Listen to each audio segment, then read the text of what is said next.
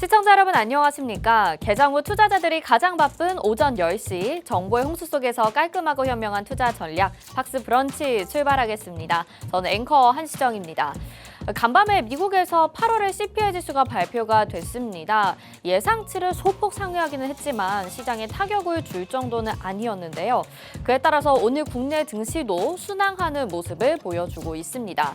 이번 주 내내 테마주 장세 이어지면서 굉장히 바쁘고 지수는 좀 부진한 모습들을 보여줬는데 오늘은 그래도 반도체 테마가 상승을 해주면서 시장이 전반적으로 분위기가 좋은 느낌이거든요. 그럼에도 불구하고 여전히 급등하는 테마들은 또 다시 떠오르고 있습니다. 대응 전략 저희와 함께 반도체 박사님과 또 함께 세워보셔야 될 것 같은데요. 오늘도 글로벌 시장 분석부터 투심이 쏠리는 기업 산업 이슈 그리고 실시간 특징주와 공략주까지 45분이라는 시간 동안 압축적으로 준비했습니다. 저희 방송 보시면서 성공 투자하시는 건 물론이고요.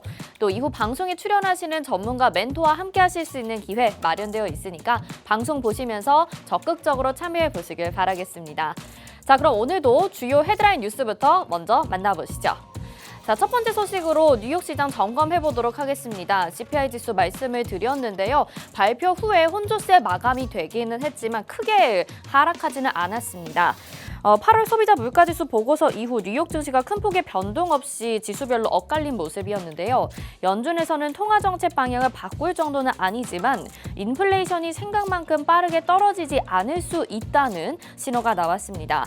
미국의 8월 소비자 물가지수가 0.6% 상승을 했고 14개월 만에 가장 큰 증가폭이긴 한데요. 전년 대비로는 3.7% 상승해 시장 전망치 3.6%를 상회했습니다. 하지만 연준의 금리 정책에 대한 시장의 전망은 유지가 됐는데요. 시카고 상품거래소 패드워치 툴에 따르면 우선 9월 연준에서 금리가 유지될 확률은 전날 93%에서 CPI 지수 발표 후에 97%로 오히려 높아졌습니다. 이에 뉴욕 증시가 주가 큰 폭의 하락은 방어되는 모습 확인할 수가 있었습니다. 자, 시장의 방향성 이제 계속해서 짚어봐야 될 것 같은데 이번 주 주춤했었던 시장이 장 후반으로 갈수록 좀 이어질 수 있을지 긍정적인 흐름 보여줄 수 있을지 살펴보셔야 될 것 같습니다. 다음 두 번째 소식 보겠습니다. 최대 IPO라고 불리는 지금 ARM이 나스닥 상장 그리고 오늘 거래를 시작하게 됩니다. 오늘 밤부터 이제 시작을 하게 될 텐데요. 올해 최대 기업 공개가 될 것으로 전망되는 영국의 반도체 기업이죠. ARM의 공모 가격이 희망 공모 가격 최상단으로 책정이 됐습니다. 51달러로 확정이 됐다고 보도가 됐고요. 이 ARM은 미국 증권거래위원회 제출한 증권신고서에서 공모 가격 희망 범위를 주당 47달러에서 51달러로 제시한 바 있는데 이제 51달러의 공모가 이뤄지게 되면 ARM의 기업 가치는 545억 달러에 달할 것으로 전망이 되고 있습니다. 미국 최대 규모의 IPO가 될 것으로 전망이 되면서 인공지능 열풍으로 엔비디아 등 반도체 관련 종목들이 일제히 강세를 보여주고 있고요. 이 상장 효과로 투자에 나서고 있는 기업들 삼성전자, 애플, 인텔, 알파벳 등이 있는데 초석 투자자로 참여하겠다는 의사를 밝혔습니다. 또 여기에 TSMC는 최대 1억 달러 규모의 ARM 투자 계획을 승인한 것으로 전해지면서 미국 시장에서도 반도체 기업들 전반적으로 훈풍이 불어왔고요. 오늘 장 초반에 국내 증시에서도 반도체 전공정, 후공정 할 것 없이 많은 종목들이 상승하는 모습 보여주고 있습니다. 잠시 후에 종목별로 또 대응 전략 짚어보시죠. 다음 세 번째 뉴스 확인해 보겠습니다. 자, 엔젠바이오 알츠하이머 조기 진단 기술을 미국에서 특허를 받았다라는 소식에 오늘 상한가 기록을 했습니다. 자세한 내용 확인해 볼까요? 엔젠바이오가 알츠하이머 조기 진단 기술 관련 미국 특허를 출원했다는 소식에 상한가 기록을 했습니다. 엔젠바이오는 8,760원 정도에 지금 거래가 되고 있고요. 체액검사 기반 퇴행성 뇌질환 진단 및 모니터링 기술에 대한 미국 특허 출원을 완료했다고 밝혔습니다. 특허를 획득한 기술은 기존 진단 방법과 달리 뇌 척수액을 채취하지 않고 혈액으로 치매 환자를 진단할 수 있는 게 특징인데요. 엔젠바이오 관계자는 약 2조 원에 달하는 미국 알츠하이머 시장에서 기술을 선점하기 위해 이번 특허를 출원했다며 기존의 특허 출원을 완료한 파킨슨병 치매 및 루이소체 치매 바이오마커와 결합해 인공지능 기반으로 다양한 원인의 치매를 분류하고 조기 진단할 수 있는 알고리즘을 적용한 제품을 개발할 예정이라고 밝혔습니다. 이에 따라서 이 엔젠바이오라는 종목 그리고 다른 제약바이오 종목들도 개별 종목의 이슈로 인해서 오늘 굉장히 급등하는 모습 보여지고 있는데요. 이제 서서히 제약바이오 종목들로 상승세가 나타나고 있는 모습 시장에서 추정이 되고 있습니다. 여러분들도 계속해서 엔젠바이오와 함께 제약바이오 종목들도 흐름 확인해 보시죠. 다음 마지막 뉴스 확인해 보겠습니다. 자, 네오위즈 게임주에 대한 이야기입니다. 신작이 기대 이하 평가를 받으면서 주가가 급락하고 있다라는 소식에 또 특징주로 꼽아봤는데요. 네오위즈 함께 살펴보시죠. 네오위즈가 신작 피해 게임이 기대 못 미치는 평점을 받으면서 주가 급락했는데요. 13% 넘는 하락세를 장중에 보여줬습니다. 기대를 모았던 신작 게임이 평점에서 예상보다 낮은 점수를 기록하자 투자자들의 실망감이 주가에 반영되고 있는데요. 업계에 따르면 출시를 앞두고 있는 네오위즈의 피해 게임은 콘텐츠 평점 집계 사이트 메타크리틱과 오픈크리틱 비평가 점수에서 82점을 기록한 것으로 나타났습니다. 증권사에서는 일본 게임사 프롬소프트웨어 출시작들과의 유사성 등이 일부 평점에 영향을 미친 것으로 관측된다며 사전 주문에 박차를 가기엔 애매한 결과라고 평가를 했습니다. 피해 거짓은 오는 19일에 PC와 플레이스테이션, 엑스박스 플랫폼 등으로 전 세계에 동시 출시될 예정입니다. 어제 반짝 게임주들이 상승하는 모습을 보여줬는데 이 이슈로 인해서 다시 한번 좀 타격을 받고 있는 모습입니다. 게임주의 향방까지 계속해서 확인해 보도록 하겠습니다.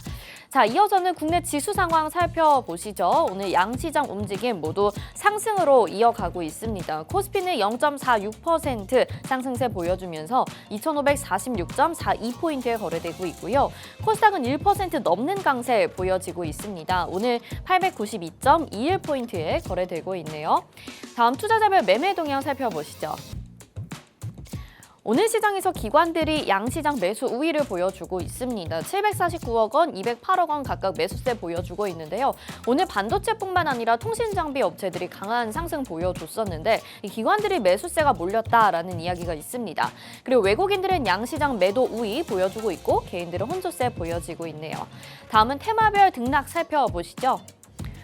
오늘 시장에서 강한 테마, 밥솥 테마를 꼽을 수 있을 것 같습니다. 오늘 또 밥솥 테마 안에서 한 종목이 강세 이어가면서 강한 상승으로 지금 테마를 이끌고 있고요. 오늘 3D 낸드 쪽도 강세를 보여주고 있습니다. 반도체와 더불어서 오늘 3D 낸드 계속해서 상승하고 있는데 이 테마도 지속적으로 살펴보시고 선박 평형수 처리 장치 테마도 상승을 하고 있네요. 반면에 하락하는 테마에는 K 뉴딜 지수, 게임주가 앞에서 말씀드렸다시피 조정을 받고 있습니다. 네오위즈와 더불어서 다른 게임주들 어제 상승을 반납하는 모습 나타나고 있고요.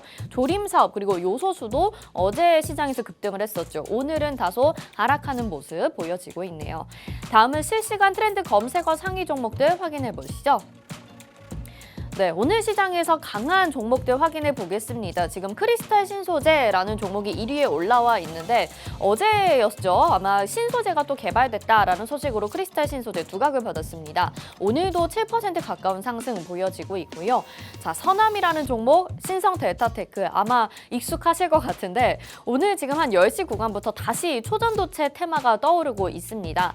이 네이처지에서 초전도체 개발에 몰두해야 된다, 더 강화해야 된다 라는 소식이 기재가 되게 되면서 다시 한번 부각을 받고 있는데요. 23%, 10% 상승세 보여지고 있고요. 엑세스바이오 전일에 급등 나왔는데 오늘도 10% 이상의 강세 가져가고 있고 또 SY나 주성 엔지니어링 같은 기술주들도 오늘 시장에서 강세 보여지고 있습니다. 또 덕성도 초전도체 보이시고요. 레인보우 로보틱스 같은 그동안 관심 있었던 로봇주들은 다소 조정이 나오고 있는 상황입니다. 자, 오늘 반도체 그리고 자율주행 3D 랜드 같은 기술주 들이 상승하는 가운데 또다시 한번 초전도체 테마 올라가고 있는데요. 시장 점검해보시길 바랄게요. 잠시 후 깔끔하고 맛있는 브런치 수익 본격적으로 출발합니다.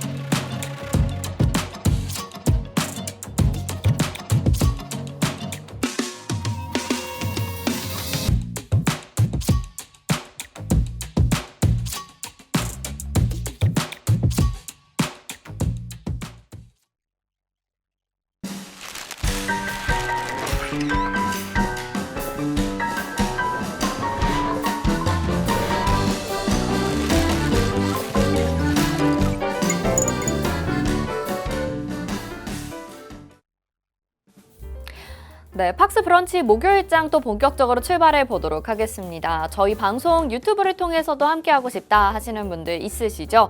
유튜브 검색창에 팍스경제TV 실시간 이렇게 검색하시면 유튜브를 통해서도 시청 가능합니다. 자, 오늘 시장을 또 보니까 장 초반에 반도체주들이 반등하면서 오늘은 좀 그래도 편안하게 매매할 수 있겠다 이런 생각을 했었는데 역시나 쉽지가 않은 것 같습니다. 또 대응 전략 알아봐야 되겠죠. 우리 이주호 멘토님 나오셨습니다. 어서 오세요. 네, 안녕하세요. 네, 시청자분들께 인사 한 말씀 부탁드릴게요. 네, 시청자분들 반갑습니다. 자, 월, 화, 수 3거래일 동안 좀 많이 힘드셨을 것 같은데요. 어제 CPI 발표 이후에 좀 내용 소화하면서 사실 오늘 상승 나와주고 있습니다.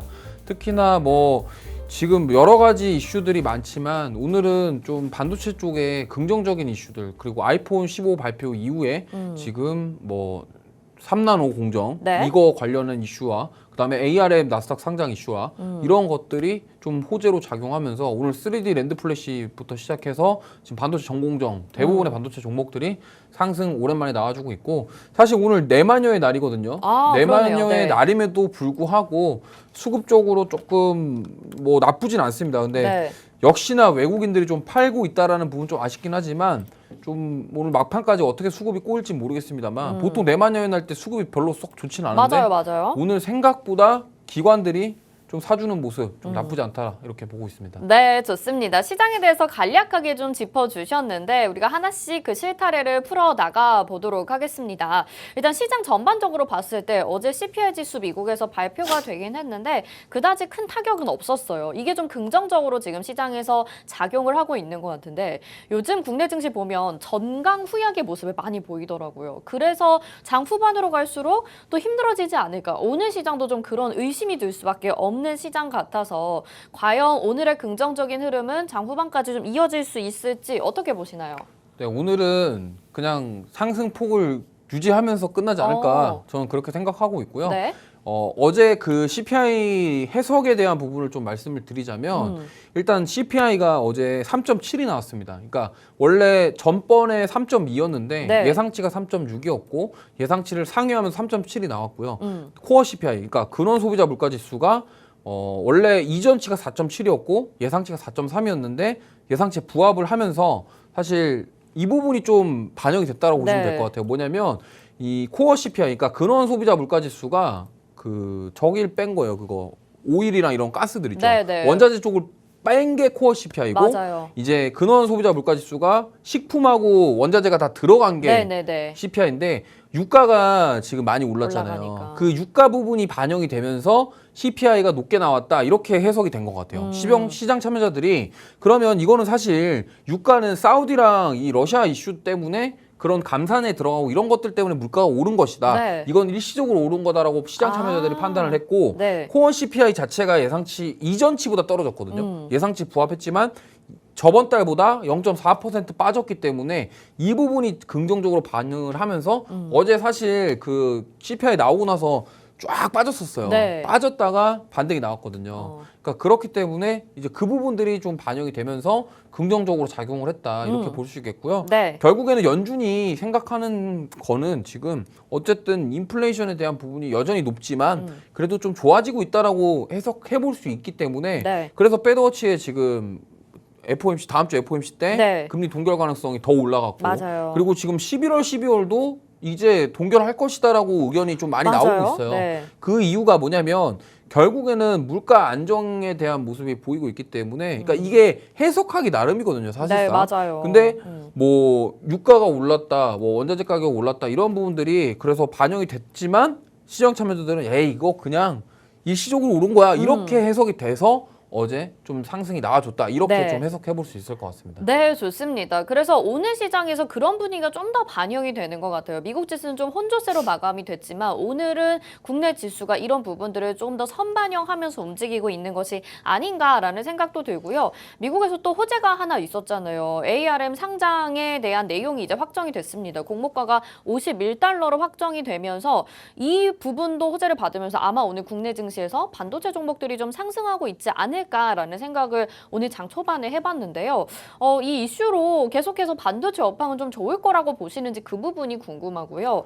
오늘 뭐 전공정, 후공정 할 것 없이 다 올라가는데 그 중에서 우리가 좀 봐야 된다면 어떤 부분 봐야 되는지 반도체 내용 좀 들어볼게요. 네, 일단 지금 ARM 이슈가 있긴 있는데 네. 결국에는 지금 4분기 때 리포트가 나왔습니다. 네. 어제 리포트가 나왔는데 4분기 때 이제 삼성전자의 실적이라던가 이런 그런 부분들이 좀 긍정적이 될 것이고 목표가를 9만 원 이상 제시를 했더라고요. 네. KB증권에서 리포트가 나왔는데 거기에 나왔던 얘기 중에 이제 4분기부터 내년까지 갈 것이다. 뭐냐면 삼성전자가 이제 하이닉스랑 같이 1분기, 2분기 지나고 감산을 발표했잖아요. 그게 이제 낸드 플래시 쪽이거든요. 네. 낸드 플래시 쪽 감산 발표한 다음에 사실 HBM 쪽은 감산에 대한 얘기는 없었어요. 네. DDR5랑 HBM 없었는데 엔비디아의 수요에 대한 부분들. 그럼 결국에는 이게 수요와 공급의 원칙이 주식시장에도 들어온다라고 생각을 해보면 결국에는 뭐예요? 감산을 했다라는 거는 생산을 줄였다라는 그쵸. 거죠. 그럼 공급을 줄이겠다라는 거잖아요. 네. 근데 그 낸드 플래시 수요가 어제 아이폰 15 발표하면서 그 낸드 플래시 수요가 지금 끌어올라간 거예요. 왜냐면 아이폰이 그 새로운 A17 네. 그걸 발표를 했는데 3나노 공정에 대한 이야기를 했거든요. 네. 그 3나노 공정을 쓰는 최초의 모바일 CPU 프로세서 AP인데 네. 이제 삼성전자가 S24도 발표를 해요. 네. 갤럭시 네. S24. 그게 원래 근데 이제 퀄컴 거 스냅드래곤을 썼었는데 그거를 이제 삼성에서 자체 개발한 그거를 쓰기로 이제 했다고 네. 하더라고요. 그러면 이제 어떻게 되냐면 이제 모바일 프로세서 판도가 좀 바뀌는 거예요. 그러면 앞으로 그걸로 인한 3나노 공정에 들어가는 그 수요, 네. 그 낸드 플래시 관련, 그 다음에 PCB 이런 수요들이 있을 거기 때문에 오늘 반도체주들이 그거에 따라서 반등이 나왔다 이렇게 볼 수 있겠고요. 네, 저 말씀 중에 좀 궁금한 점이 워낙 이 반도체 쪽에 전문가시니까 네. 굉장히 전문 용어들이 많이 나왔는데 좀 헷갈리는 부분이 네. 있습니다. 3D 랜드 플래시 정확하게 어디에 들어가는 건지 우리가 휴대폰에 뭘 위해서 들어가는 건지 이것도 좀 알려주시면 좋을 것 같아요. 그 낸드 플래시가 네. 일반적으로 하드 아시죠? 네. 그 하드에 들어가는 PCB 하드웨어에 하드, 그러니까 SSD 하드 있잖아요. 네. 데스크탑에. 네네네. 하드, 그러니까 컴퓨터 뭐 C 드라이브에 저장하는 네. 그거 하드를 말하는 네. 거거든요. 거기에 들어가는 게 이제 낸드 플래시고요. 그다음에 그 모바일 CPU가 네. 이 스마트폰 안에 CPU가 있어요. 네. 그러니까 지금 데스크탑에 들어가는 인텔이나 AMD CPU 말고 그 모바일에 들어가면 CPU가 있는데 네. 그거를 PCB 기판에다가 떠갖고 붙여야 돼요. 그래갖고 어, 이거 뭐 핸드폰 분해를 해보셨는지 모르겠는데 안 얘를 해봤습니다. 네. 까면은 이게 배선 같은 게 이렇게 녹색깔 기판에다가 쫙쫙쫙 돼 맞아요, 있어요. 맞아요. 네, 그 그게- 공정을 하는 거 네, 화면으로 많이 거기에 봤으니까. 들어가는 낸드 플래시 그걸 3D 낸드 플래시라고 어. 하고요. 이제 그거에 들어가는 거고 거기 네. 이제 HBM은 메모리. 네. 그러면은 3D 낸드 플래시가 어쨌든 그 PCB 기판에 들어가는 그 저장 장치라던가 이런 용량에 대한 부분을 만드는 그런 거고요. 네. 그다음에 이제 그 HBM이나 이런 거는 고대역폭 메모리. 어쨌든 네. 두 개가 하는 작업은 비슷한데 어. 사용 용도가 좀 달라요. 아. 그래서 그거를 생각하시면 될 것 그럼 같아요. 3D 낸드 플래시는 용량에 대한 관여를 한다라고 생각하면 될까요? 용량이랑 CPU, 그러니까 CPU 칩셋이 있으면 네. CPU 칩을 이렇게 넣기 위해서 근처에 이렇게 뭔가 사전 작업을 해야 돼요. 그렇죠. PCB 위에다 네. 얹으려면 그게 이제 그거에 낸드 원래는 낸드 플래시인데 거기에 이제 3D로 해갖고 하는 걸 3D 낸드 그럼 플래시라고 합니다. 3나노 공정은 뭐예요? 3나노 그 공정. 나노가 미세 공정 순위를 말하는 거예요. 네. 숫자가 낮으면 낮을수록 그 더 미세한 공정을 말하는 거거든요. 네. 그러면 그 미세 공정이 뭐냐면 CPU가 모바일 CPU가 원래 처음에 좀 사이즈가 컸었는데 네. 지금 가면 갈수록 점점 작아지거든요. 작아지는. 작아지는데 처리 속도는 빠르고 네. 열일을 해야 되잖아요. 그러면 지금까지 나온 건 3나노 공정까지 나온 건가요? 아니요, 이제 아이폰 15에 들어가는 그 A17 CPU에 3나노 공정 작업을 한다. 아, 네, 알겠습니다. 그 얘기예요. 그래서 네. 이제 오늘 그 3나노 공정 아이폰 얘기 나오고 ARM 얘기 나오면서 지금 뭐 PCB 기판주부터 네, 시작해서 전공정, 네. 후공정 다 가는 거예요. 아, 이제 좀 네. 이해가 됐습니다. 사실 이렇게 일반 투자자분들은 이런 정보를 좀 얻기가 쉽지가 않을 것 같은데 역시나 우리 전기전자를 전공을 하셔서 반도체 전문가라고 불리는 이주호 멘토님과 함께하니까 이해가 쏙쏙 되는 것 같습니다. 어쨌든 아이폰 지금 15가 출시가 됐는데 16, 17에 이 3D 낸드 플래시 들어갈 예정이고 3나노 공정을 통해서 들어간다고 하니까 더 정교하고 더 자세해질 수밖에 없는 있는 부품들인 것 같습니다. 그래서 우리가 이 부분들이 지금 계속해서 시장에 주목을 받고 있는 상황인 것 같은데 그럼 여기에서 지금 뭐 전공정, 후공정 얘기는 사실 여러 번 출연하셔서 말씀을 해주셨어요. 근데 테마별로 봤을 때 뭐 부품, 장비, 소재 이렇게 나눠볼 수도 있잖아요. 소부장 쪽에서는 그럼 어떤 쪽을 보는 것이 중요한가라는 질문이 좀 생기거든요. 지금 사실 소부장 뭐 이런 거 가릴 거가 없어요. 그래서 그래요? 왜냐면 그러니까 결국에는 하나입니다. 자, HBM 얘기 나왔을 네. 때 HBM 관련주들만 갔잖아요. 네. 그러면 결국에는 지금 아까도 말씀드렸지만 수요와 공급 이런 걸 생각해 봤을 때 그러면 어쨌든 HBM 관련주들의 수요가 계속 될 거란 말이죠. 엔비디아만 하는 게 아니라 AMD도 지금 GPU 관련해서 AI GPU를 하고 있단 말이에요. 그 네. 사업을. 그러면 HBM 관련 수요는 계속 늘어날 것이고 그럼 결국에는 팹리스 기업에서 설계를 해가지고 그걸 만들 수 있는 나노 공정을 가진 데가 삼성전자랑 TSMC밖에 없어요. 네네. 그럼 그 3나노 공정을 할 수 있는 게 우리나라의 삼성전자인데 그럼 거기에 들어오려면은 결국엔 뭐겠습니까? 그 미세 공정에 들어가는 장비를 가지고 있는 판매를 하는 그 소부장 기업들을 보셔야겠죠. 네네. 그럼 그 기업이 어떤 제품을 만들고 어떤 기술을 가지고 있는지 아셔야 돼요. 그래서 그냥 다 같은 소부장이라고 얘를 뭐 반도체 다 가는 거 아니에요 이게 아니라 네. 그 중에서도 어떤 게 기술이 있고 그 관련해서 뭐 예를 들면 3D 랜드면 3D 랜드에 관련된 그런 증착이라던가 네. 거기에 들어가는 또 공정이 또 있거든요. 그거 알려주셔야죠, 전문가님이. 그게 멘토님이 알려주셔야죠. 여기서 얘기를 하면은 한 세월 걸려요. 네. 그래서 후공정, 전공정도 사실 그 반도체 팔도 공정 안에 있는 후공정이 그 끄트머리 한 마지막 공정이에요. 그러니까 전공정, 후공정을 나누는 게 네. 어쨌든 전공정이 공정 수가 더 많기 때문에 나누는 건데 사실 그 전공정은 앞단에서 하는 거고 후공정이 어쨌든 반도체 8대 공정 중에 마지막 공정이 후공정이에요. 네네. 그렇게 아시면 될 것 같고 네. 소부장은 아까 말씀드렸다시피 가릴 필요가 없다. 네, 가리는 게 아니라 결국에는 HBM, 3D 랜드 이런 것들 그러니까 앞으로 차세대 그러니까 3나노 공정부터 시작해서 이런 거에 들어가는 거기에 필요한 기술과 뭐 그런 것들을 가지고 있는 그런 기업들을 골라서 잘 고려서 보시면 된다 이렇게 말씀드리고 싶습니다. 네, 어쨌든 그 세부적인 내용까지는 우리가 추가적으로 공부를 하고 공략을 해야 되는데 그런 부분은 방송보다는 저희 함께 하실 수 있는 곳으로 들어오시면 해주실 수 있습니다. 자, 지금 참여하고 싶다 하시는 분들 많으실 것 같은데요. 참여 방법 안내 도와드릴게요. 화면에 지금 QR코드 나가고 있는데요. 스마트폰 카메라 한번 켜보시고요. 그 카메라로 QR코드 갖다 대셔서 비추시면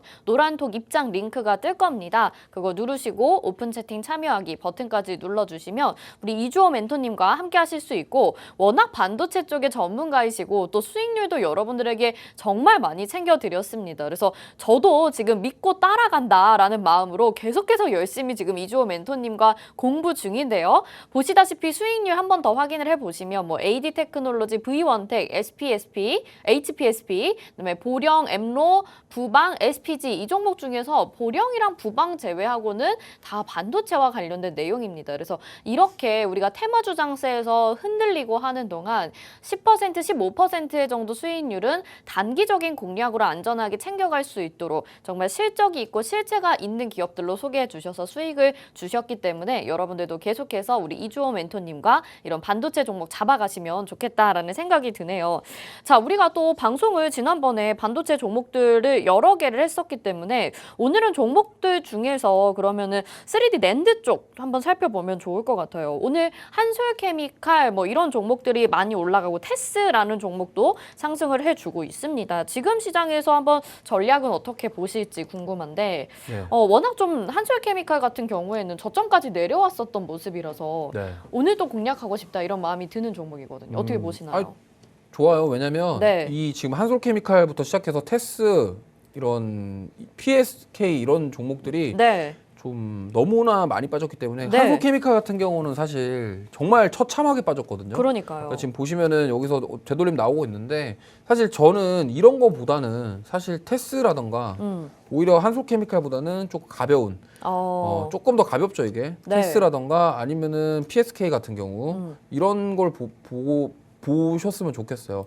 특히나 이제 PSK 홀딩스 같은 경우는 굉장히 많이 올랐고 네. PSK도 괜찮거든요. 그래서 어쨌든 이렇게 생각하시면 돼요. 아까 좀 설명을 추가로 드리자면 네. 3D 낸드랑 D램, DDR5의 차이는 뭐냐면 네. 3D 낸드 플래시는 저장 기능이 있어요. 네.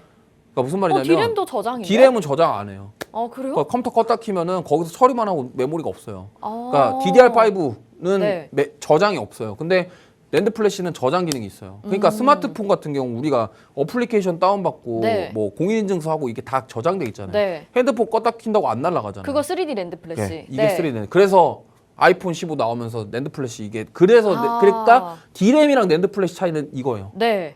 이해되세요? 이제? 알겠습니다. 그리고 네. 그 다음에 이제 HBM은 좀 거기서 또 다른 영역인 것 같아요. 그러니까 메모리인데 그거는 또 달라요. 고대역폭 메모리라고 네. 해서 일단 어쨌든 낸드 플래시랑 DDR5랑 다 메모리는 한 종류인데 네. 저장을 하냐 못 하냐에 따라서 제가 그래서 아까 하드를 설명드린 거고 네. 그렇게 이해를 하셨으면 좋겠고요. 알겠습니다. 지금 사실 종목이 중요한 게 아니에요. 이거 낸드 그래요? 플래시 관련주는 다 빠졌기 때문에 그냥 지금 아무거나 사도 돼요.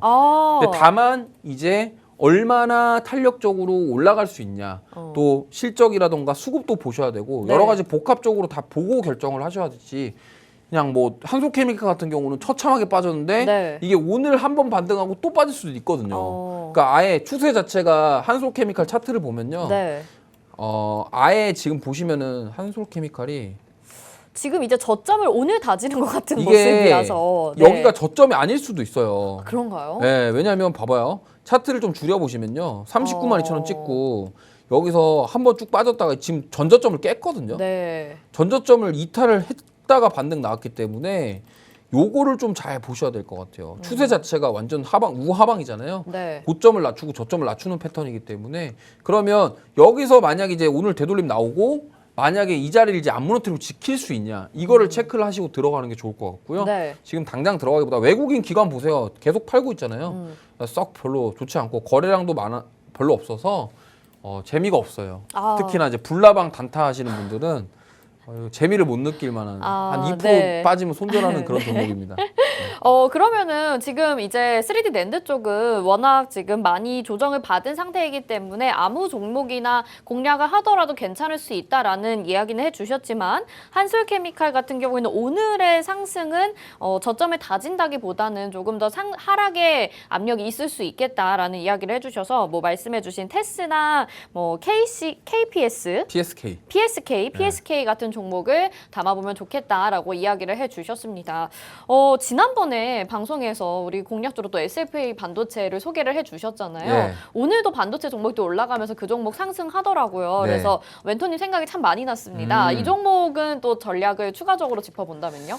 이거는 네. 시간이 좀 걸릴 수 있겠지만 네. 지금 자리가 잘 보시면요. 이게 120일 이평선 잘 지켜주고 있거든요.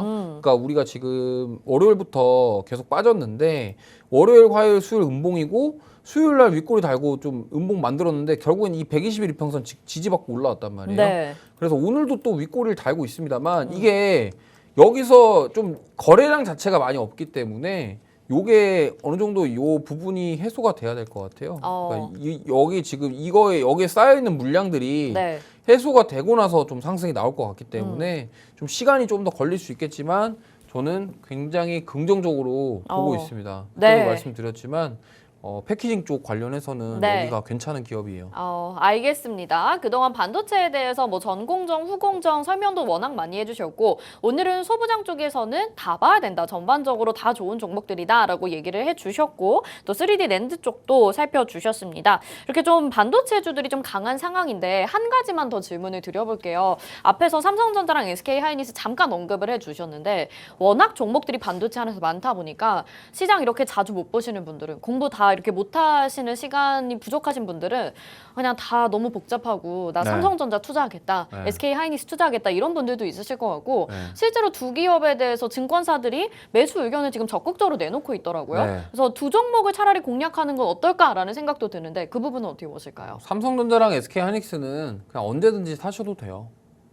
이거는 트레이딩하는 종목이 아니에요. 그리고 모아가시는 종목이지 적금 넣듯이 접근하시면 그럼 되고요. 두 종목 중에서는 두 개 삼성전자랑 중에 하나 SK하이닉스 굳이 중에서는 꼽자면 삼성전자고요. 왜 그렇게 보시죠?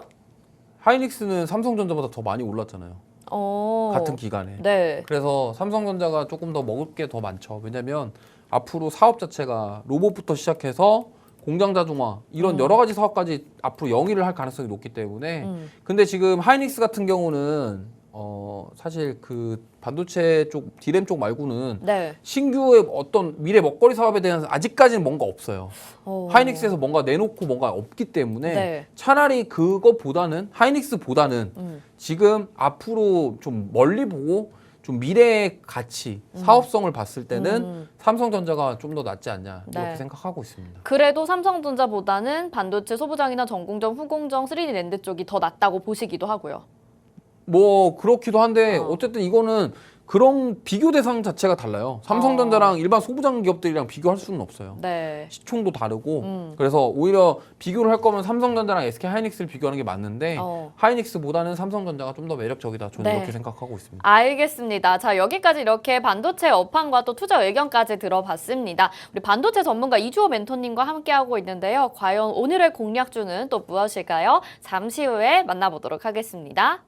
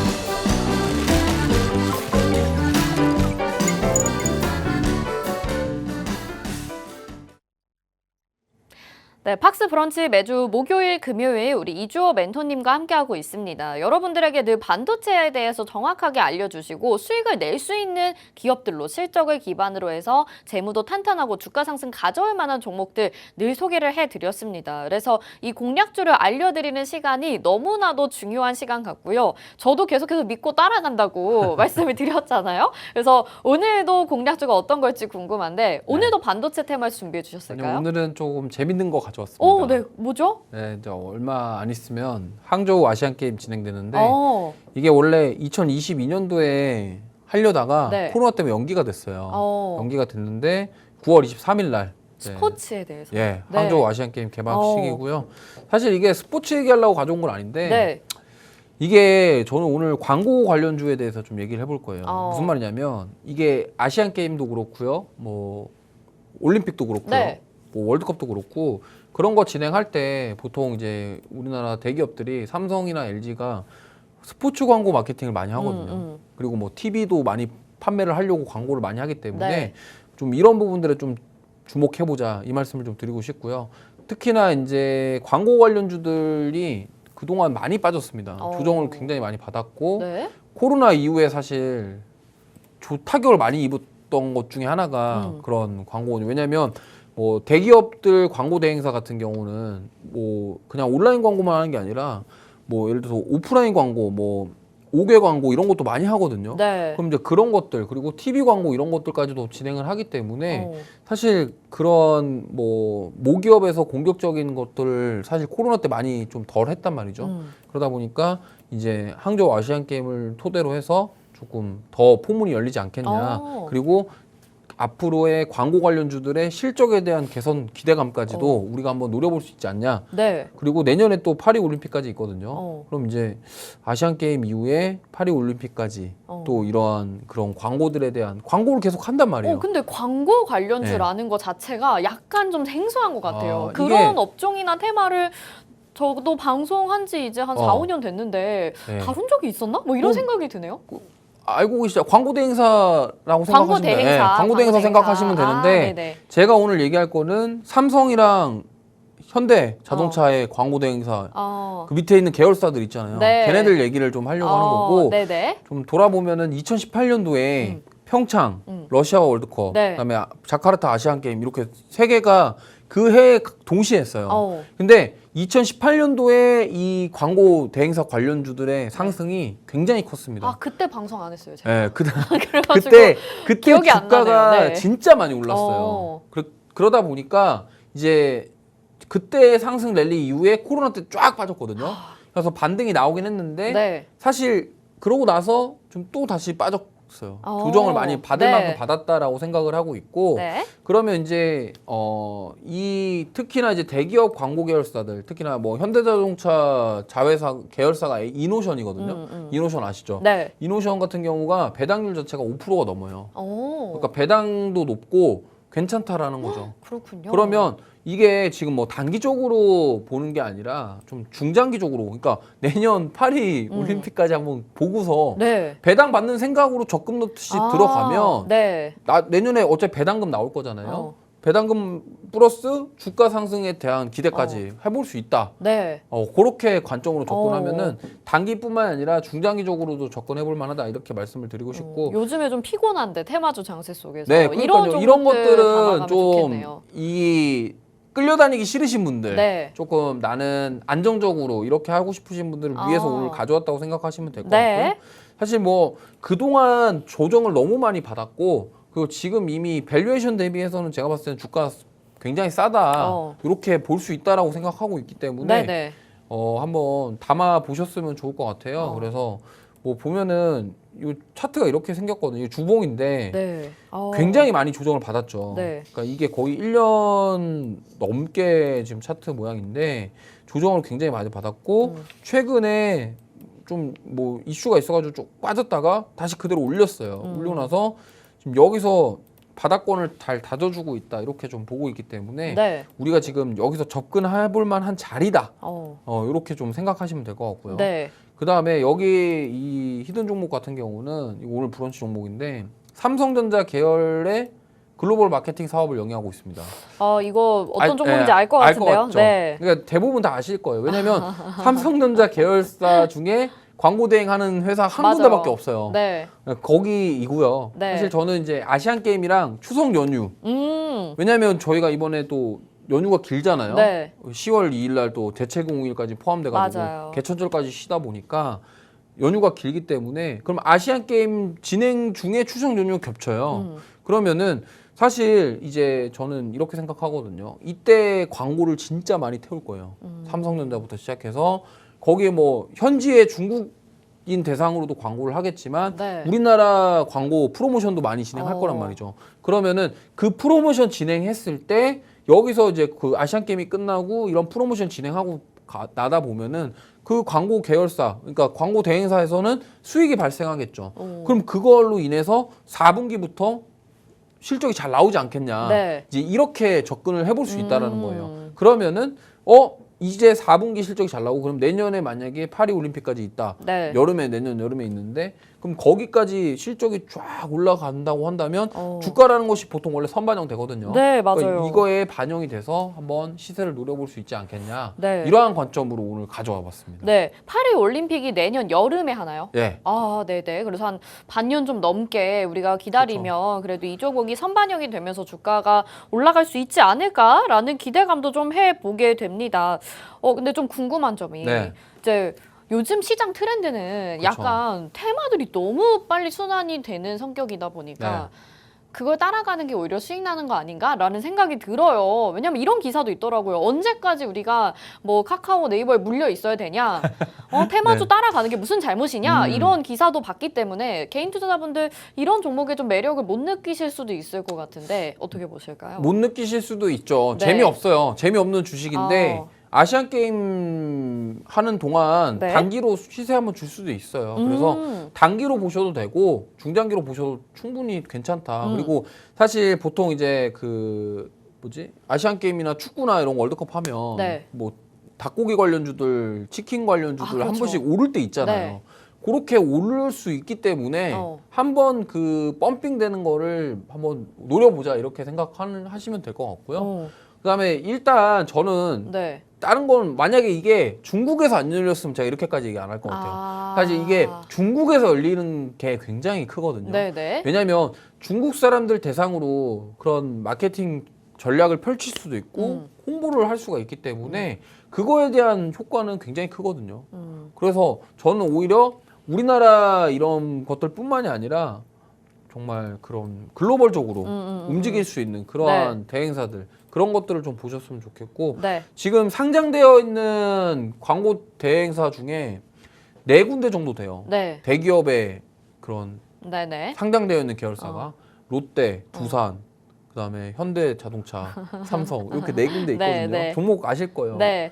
뭐 다 괜찮은데 저는 오히려 뭐 삼성 계열사 하나 잡아가시면 좋다 이렇게 보고 있어요. 우리나라는 삼성이 또 간다고 하면 워낙 잘 따라가기 때문에 이 광고 대행사도 좀 올라가주지 않을까라는 기대감도 있고요. 제가 업종 하나만 더 빗대서 좀 질문을 드려보고 싶은데 어제 오늘 이렇게 정말 오랜만에 통신업종이 급등하고 있잖아요. 근데 통신주 같은 경우에도 주가가 정말 많이 하락을 했다가 배당도 좋은 종목인데 사실 이 종목이 정말 안 올라갔었는데 이제 급등이 나오고 있습니다. 그래서 시장이 전반적으로 좀 그동안에 부진했었던 소외됐었던 업종으로 순환이 돌아주게 되는 효과도 기대해 볼 수 있는 종목인지 그 부분도 궁금하거든요. 뭐 혹시 에이스테크 말하시는 거예요? 네. 그거랑 다른가요? 아니 근데 이게 진짜 5G는요 정말 이 보시면 에이스테크 차트 보시면요. 네.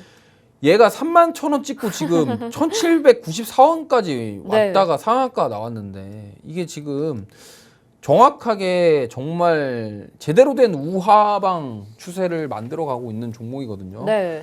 이거는 사실 뭐 저는 참 5G 그거랑은 같은 다르다? 경우는 네, 좀 인프라 뭐 관련해서 올라올 수 있겠지만 이게 지금 사실 좀 길게 끌고서 가져가기에는 진짜 이제는 바닥인가? 이제 바닥인지 너무 오래되지 않았어요? 근데 그쵸? 이거 보세요. 에이스테크 이거 차트 보시면요. 여기가 바닥인가 그러고 저점 깨고 빠지고 바닥인가 맞아요. 그러고 빠지고 바닥인가 네. 그러고 빠지고 계속 계단식 하락했거든요. 네. 그러니까 이게 과연 이제 믿을 수 있냐라는 부분인데 거의 뭐 1,000원대까지 왔으면 진짜 바닥 아니냐 이렇게 생각하실 수도 있겠지만 아까 말씀하신 것처럼 저는 이렇게 생각해요. 종목을 고를 때 이렇게 우하방을 보이는 그런 종목을 좀 저는 기피를 하시는 게 좋다. 오히려 우상방 종목이 갈 때 더 시원하게 가지. 원래 그런 종목들을 좋아해 주셨잖아요. 우하방 종목은 이거는 접근하기에는 저는 사실 이런 우하방 추세 종목을 살 바에는 차라리 우상방에서 좀 더 올라갈 수 있는 그런 종목들을 고르시는 게 좋다. 네. 이 말씀을 좀 드리고 싶습니다. 네, 그런 것 같습니다. 지금 최근에 뭐 조정을 많이 받은 광고 대행사라고 소개를 해주셨지만 그래도 차트상으로 봤을 때 아주 저점인 구간이 아닙니다. 이미 뭐 우상향을 이전에 다 마친 이후에 지금은 박스권 안에서 움직이고 있다라고 생각을 하시면 될 것 같고 이제 아시안 게임이 열릴 예정입니다. 거기에 따라서 또 광고주들이 수혜를 단기적으로 받을 수도 있고 내년에 파리 올림픽까지 예정이 되어 있기 때문에 좀 중장기적으로 묵직하게 가져가고 싶다 하시는 분들이라면 이 종목을 담아 가셔도 좋을 것 같네요.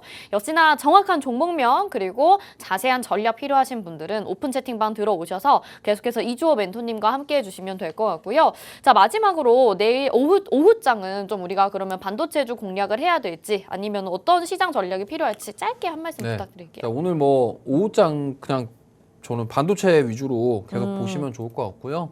초동주투부터 테마주들 좀 왔다 갔다 하는데 테마주들 따라가셨다가 오히려 손실 볼 수도 있으니까 윗꼬리 조심하시고 반도체 저는 계속 모아가는 전략 세워보시는 게 좋을 것 같습니다. 네, 반도체 종목들에 대한 전략도 모두 오픈 채팅방에서 나오니까요. 여러분들 함께 해주시길 바랄게요. 저희 팍스 브런치 오늘은 여기서 인사드려야 될 것 같습니다. 방송에서 제공해드린 정보는 투자 판단에 대한 조언입니다. 해당 종목의 가치와 수익률 보장해드리지 않는다는 점 참고하시길 바라겠습니다. 저희는 여기서 인사드릴게요. 시청해주신 여러분 고맙습니다.